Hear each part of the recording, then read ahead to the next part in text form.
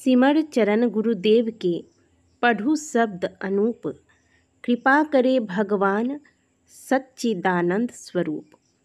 नमस्कार दोस्तों, पिछले वीडियो में हमने कार्तिक महात्म्य के दूसरे अध्याय को श्रवण किया, जिसमें हमने भगवान श्री कृष्ण और सत्यभामा जी के बीच के वार्तालाप को श्रवण किया। भगवान कृष्ण सत्यभामा जी को कार्तिक महात्म्य की कथा श्रवण करा रहे हैं। आज के वीडियो में हम दूसरे अध्याय को श्रवण करेंगे। भगवान श्री कृष्ण आगे बोले, हे प्रिय, जब गुणवती को राक्षस द्वारा अपने पति एवं पिता के मारे जाने का समाचार मिला तो वह विलाप करने लगी। हा नाथ, हा पिता, मुझको त्याग कर तुम कहाँ चले गए? मैं अकेली स्त्री तुम्हारे बिना अब क्या करूं? अब मेरे भोजन वस्त्र आदि की व्यवस्था कौन करेगा? घर में प्रेम पूर्वक मेरा पालन पोषण कौन करेगा? मैं कुछ भी नहीं कर सकती। मुझ विधवा की कौन रक्षा करेगा? मैं कहाँ जाऊं? मेरे पास तो अब कोई ठिकाना भी नहीं रह गया।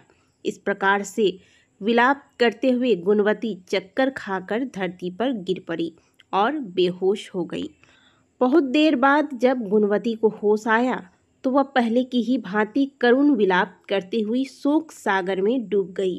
कुछ समय के पश्चात जब वह संभली तो उसे ध्यान आया कि पिता और पति के मृत्यु के बाद मुझे उनकी क्रिया करनी चाहिए, जिससे उनकी गति हो सके। इसलिए उसने अपने घर का सारा सामान बेच दिया और उससे प्राप्त धन से उसने अपने पिता और पति का श्राद्ध आदि कर्म किया। तत्पश्चात वह उसी नगरी में रहते हुए 8 पहर भगवान विष्णु की भक्ति करने में लीन हो गई। उसने मृत्यु पर्यंत तक नियम पूर्वक सभी एकादशियों का व्रत और कार्तिक महीने के उपवास एवं व्रत किए। हे प्रिय, एकादशी और कार्तिक व्रत मुझे बहुत ही प्रिय है। इससे मुक्ति, भुक्ति, पुत्र और संपत्ति प्राप्त होती है।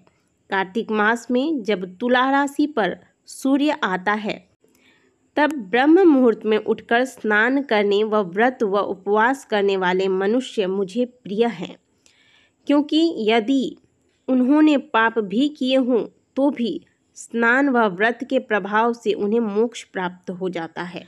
कार्तिक के महीने में स्नान, जागरण, दीपदान तथा तुलसी के पौधे की रक्षा करने वाले मनुष्य साक्षात भगवान विष्णु के समान है।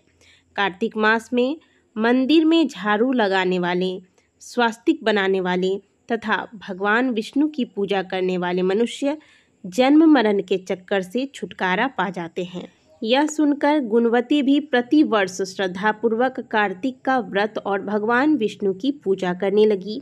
हे प्रिय, एक बार उसे ज्वर हो गया था और वह बहुत कमज़ोर हो गई। फिर भी वह किसी प्रकार गंगा स्नान के लिए चली गई। गंगा तक तो वह पहुंच गई, परंतु शीत के कारण वह बुरी तरह से कांप रही थी। इस कारण वह शिथिल हो गई। तब मेरे दूत मेरे धाम में उसे लेकर आए। तत्पश्चात ब्रह्मा आदि देवताओं की प्रार्थना पर जब मैंने कृष्ण का अवतार लिया तो मेरे गण भी मेरे साथ इस पृथ्वी पर आए, जो इस समय यादव हैं। तुम्हारे पिता पूर्व जन्म में देव शर्मा थे, जो इस समय सत्राजित हैं। पूर्व जन्म में चंद्र शर्मा, जो तुम्हारा पति था, वह डाकू है। और हे देवी, तुम ही वह गुणवती हो। कार्तिक व्रत के प्रभाव के कारण ही तुम मेरी अर्धांगिनी हुई हो। पूर्व जन्म में तुमने मेरे मंदिर के द्वार पर तुलसी का पौधा लगाया था। इस समय वह तुम्हारे महलों के आंगन में कल्प वृक्ष के रूप में विद्यमान है।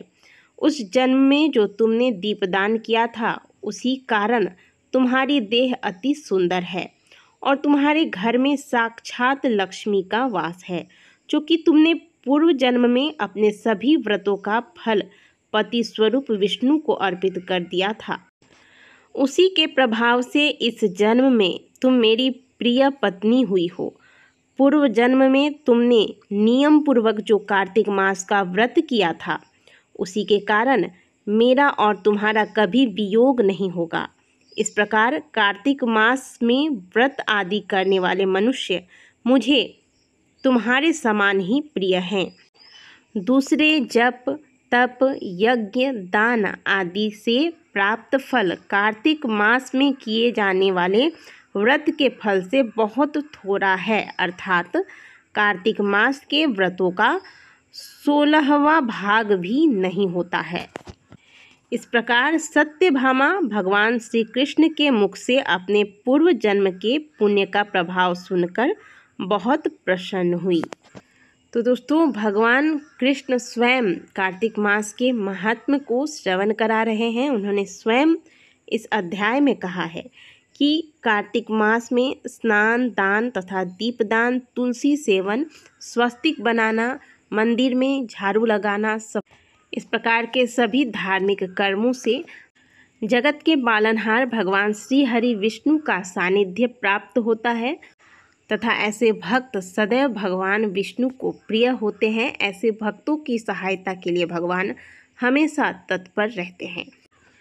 इसलिए कार्तिक मास में जितना ज़्यादा हो सके भगवान के नाम का कीर्तन करें। स्नान दान दीपदान, तुलसी पूजन, तुलसी को लगाना, तुलसी की सेवा करना, तुलसी को दान करना, आंवले वृक्ष के नीचे दीपदान, पवित्र नदियों में दीपदान, इसके अलावा पीपल वृक्ष के नीचे दीपदान, किसी ब्रह्म स्थान के पास जाके आप दीपदान कर सकते हैं।